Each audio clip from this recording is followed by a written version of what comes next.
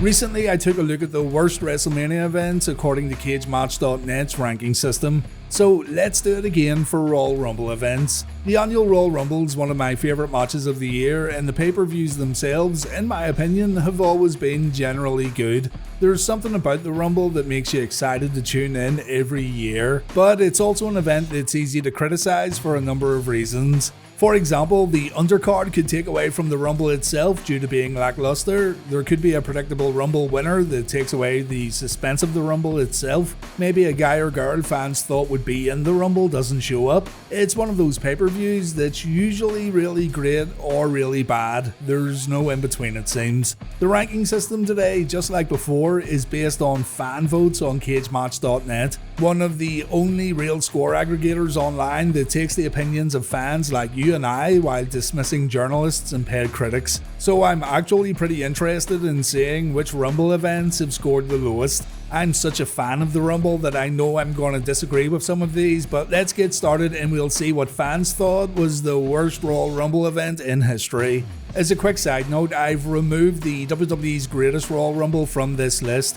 I only want to look at the traditional January Royal Rumble events, and besides, it seems like many people rated the Saudi shows based on their political beliefs instead of what happened in the ring. So I took that show out, but for those interested, it was originally ranked as the 9th worst Royal Rumble event in history. At number 10, it's Royal Rumble 1990 from Orlando, Florida. Folks who voted on this one enjoyed the Ronnie Garvin vs Greg Valentine submission match, and I agree, that is a good matchup, but other undercard matches got ripped apart, with the Genius vs Brutus Beefcake match getting quite a bit of criticism due to the double disqualification finish. Hulk Hogan won the Rumble this year. The Rumble does kind of plod along, and I don't think the build-up to the last moments of the Rumble are all that exciting, but fans in Orlando went crazy for it back in 1990 as Hulkamania ran wild once again. I've never really felt the need to go back and watch this one myself, so I do agree it isn't one of the better Rumble pay-per-views. I wouldn't call it awful though, it's just very mediocre.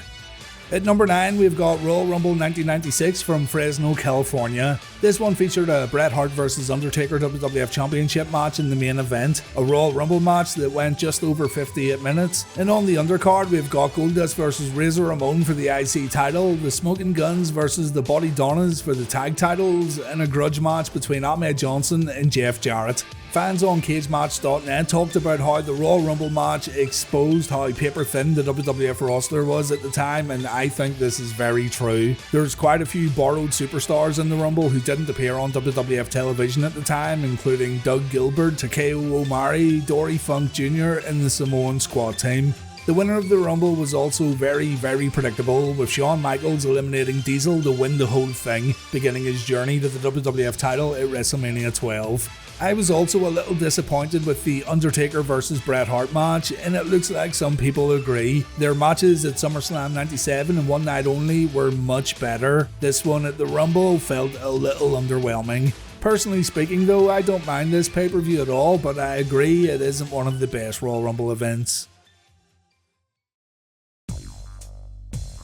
Royal Rumble 2014 takes the number 8 spot, an event that took place in Pittsburgh, PA. This is the one that features Batista winning the Rumble, and fans were so annoyed about it. Daniel Bryan was on fire around this time period, and viewers couldn't believe it when Bryan didn't even enter the Rumble, let alone win it. Batista had only come back to WWE and he was able to earn himself a title shot at WrestleMania 30. Viewers felt like Batista just swooped in and taken an opportunity from Bryan, but it all worked out in the end as WWE used this visceral crowd reaction to their advantage on the road to WrestleMania. Seriously, this whole thing had some, not all, but some fans starting a campaign to get others to cancel their WWE Network subscriptions. This also means though that the Bryan vs Bray Wyatt match earlier in the night gets totally overlooked. It's a great bout for sure, and one I feel a lot of people forget about. Brock Lesnar and The Big Show had a 2-minute match at this show, while Randy Orton vs John Cena went on for around 20 minutes. Fans were very vocal during the Cena and Orton match, with most feeling it was the same old thing they'd been seeing for years.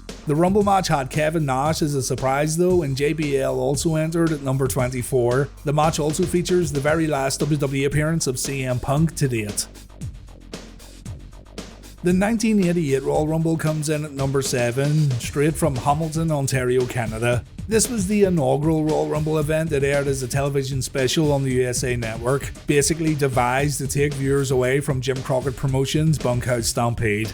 The Rumble match itself isn't very strong. It's a 20-man Royal Rumble won by Jim Duggan, and you can tell it's an experiment at this point, even though Rumbles had taken place at house shows. The Rumble itself's only a half hour long too, but I think that's a good thing honestly for this era. You don't get any big elaborate spots, so it could have gotten a bit boring if it went any longer. Also, the WWF Women's Tag Team title match at this show I thought was great. The Jumping Bomb Angels versus the Glamour Girls is an underrated early women's match that I'm surprised doesn't get talked about more. The opening Rick Rude versus Ricky Steamboat match is also solid, but the ending kinda brings it down. And you've also got the Hogan and Andre contract signing here, which was a big moment in WWF history. Honestly, I'm surprised that this one ranks so low, but I'm guessing the Rumble match itself is the reason for the scores. This was a proof of concept show really. The Rumble was just the right length I thought, but then the next year the WWF extended the Rumble to 1 hour and fans ended up ranking it lower.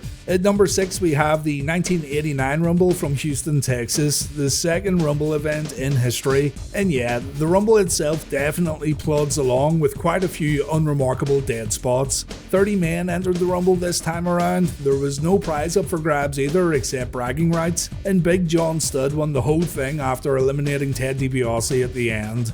The opening 2 out of 3 fall 6-man tag match isn't bad though. Jim Duggan and the Hart Foundation took on Dino Bravo and the Fabulous Rougeaus to kick the show off. The other undercard matches though, Rockin' Robin versus Judy Martin and King Haku versus Harley Race, are nothing special at all. Like I mentioned in the worst WrestleMania video, these events are products of their time though, and many fans could also have a more personal connection with any event in this video, so don't get annoyed if one of your favourites gets ranked. Back in the late 80s, fans would have been way more content with the 1988 and 1989 Royal Rumbles in comparison to someone watching them for the first time some 34 or 35 years later.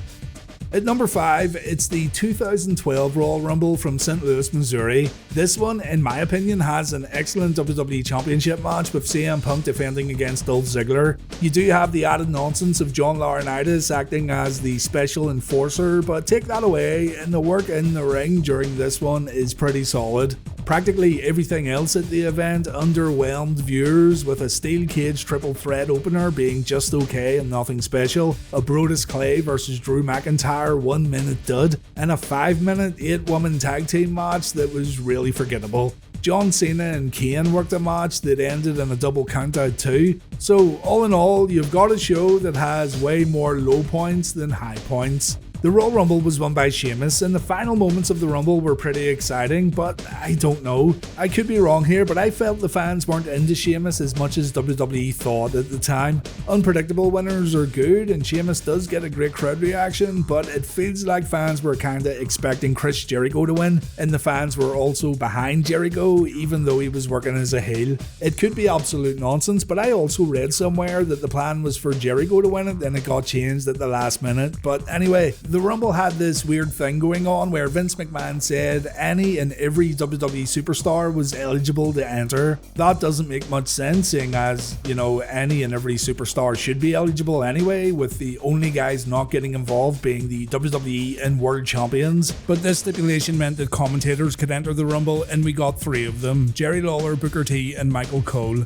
Mick Foley also entered the Rumble, the Road Dogg entered too, Ricardo Rodriguez was part of the match, and we also got Karma entering the ring, which, to be fair, was awesome. Excuse the pun. It's an odd Rumble match, but Punk vs Ziggler is definitely worth your time.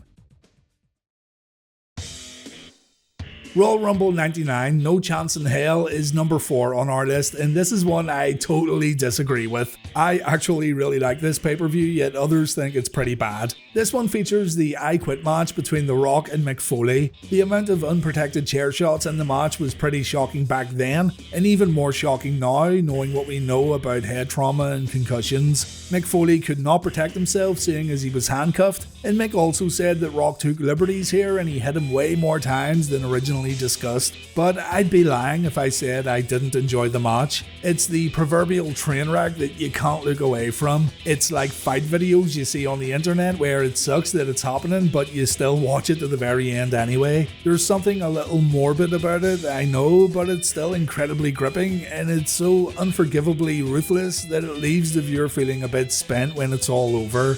Some viewers criticise the match though for going too far, and if you think it went too far, then that's absolutely fine. It's one of those things that you can't really argue. Another complaint people seem to have about this Royal Rumble show is the fact that it's overbooked. The guys and girls on cagematch.net called this card, and I quote, Russo stained and coming from the 8th layer of Attitude Era hell. And yes, I do agree there's a lot going on in the Rumble match itself, but it's certainly not as convoluted as people think. As a matter of fact, I enjoyed the Rumble match going around the arena, and I enjoyed the Ministry of Darkness making unexpected appearances. It was the first time WWF tried things like this in a Rumble match, and while I certainly wouldn't want to see it frequently, I think it fit in with what the company were presenting every Monday night at the time. The negative reviews are very fresh on the site too. Loads of reviews were written just last year, so I think it's a case of you had to be there, bro, to kind of understand why the show was booked that way. WrestleMania in 1999 was the exact same, really. So no, I don't agree with this one. The Rumble match itself was all over the place, but it was chaotic in a fun way, in my opinion. I definitely wouldn't have ranked this one so low. At number 3, it's the 2015 Royal Rumble from Philadelphia.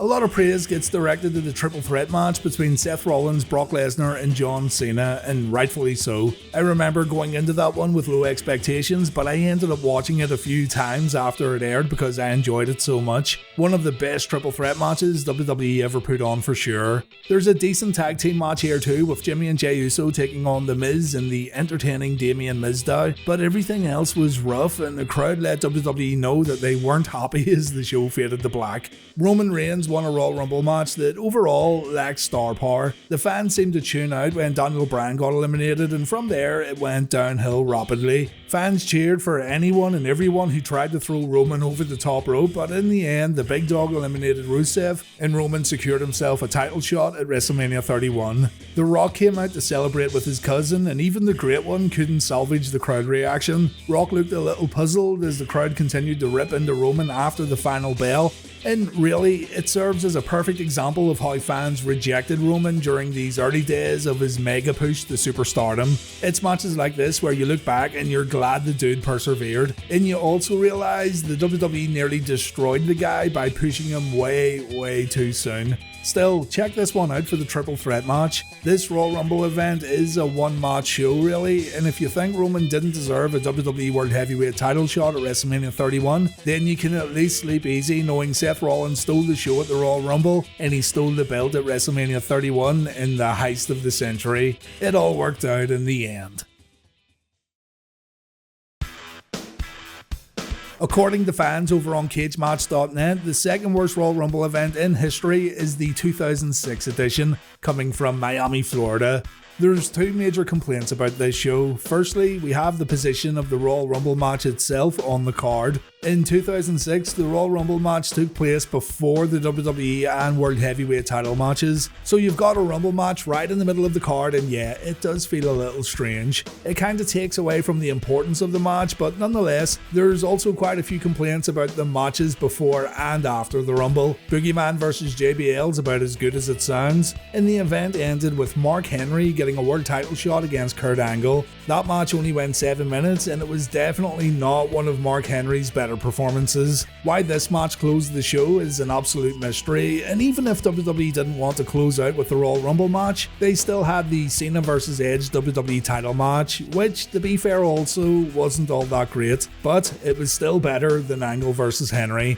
I'll be honest, I enjoyed the 6-way Cruiserweight Invitational that opened up the show. At just 7 minutes, you do wish it was a little longer though. Rey Mysterio entered the Rumble at number 1 and he went on to win the whole thing. Folks bring up the fact that Rey actually didn't do a whole lot in the Rumble and he opted to sit in the corner for the majority of the match, but I really think people might be expecting too much here. I mean, is he supposed to do all his high flying stuff for a full 60 minutes, you know? I don't rank this Rumble match very highly either, and other matches on the card definitely don't set the world on fire, though in saying that, it seems a bit harsh putting this at the number 2 spot. Another thing I like about this event is the overall presentation of the show. I like this Coliseum theme they had going on for the 2006 Royal Rumble. So, what's the worst Royal Rumble event of all time as voted by fans over on cagematch.net? It's a pretty recent one. It's the 2022 edition from St. Louis, Missouri. Pretty much every aspect of this show gets criticised, with one statement being repeated numerous times in written reviews. That statement being, it felt like a waste of time. There's no worse feeling than dedicating a few hours out of your busy day to watch a show, only to come out feeling a little empty and a little deflated. And it seems that many fans who tuned into the 2022 Royal Rumble felt that way. I thought the opener was solid enough. Seth Rollins defeated Roman Reigns via disqualification when Roman wouldn't let go of a chokehold. The ending wasn't to everyone's liking, but I thought it worked. Kind of like Roman finally getting revenge for what Seth did to the Shield, and Roman completely finishing up his business with his old faction before continuing on with his dominating title run. The rest of the card wasn't good. Ronda Rousey won the Women's Royal Rumble, a rumble that WWE had to fill out with past superstars and even Mickie James from Impact Wrestling because they didn't have a women's roster deep enough to fill all the spaces. You've got Becky Lynch versus Doudrop, a match that turned out to be completely forgettable, and an expected no-nonsense beatdown between Bobby Lashley and Brock Lesnar just didn't deliver. In hindsight though, this match was pretty important because Roman Reigns came down to attack Lesnar. Paul Heyman then decided to leave the beast and join forces with Reigns, so it's the beginning of quite a remarkable relationship, but nonetheless, the match itself still underdelivered. The It couple, Miz and Maurice, took on the Grit couple, Edge and Beth Phoenix. This one gets criticised due to feeling more like a filler match than a semi-main event, and its position on the card may have been more suited towards the beginning of the show, but I thought there were still a few fun spots in this one. It wasn't great, but it wasn't offensive either, you know? And then we had the Men's Royal Rumble, a rumble that absolutely drags on and on. The match began 3 hours into the pay-per-view, and about halfway in, the audience just can't be bothered anymore. They still count along to the next entrance and whatnot, but they aren't given anything to really cheer for during the Rumble match itself.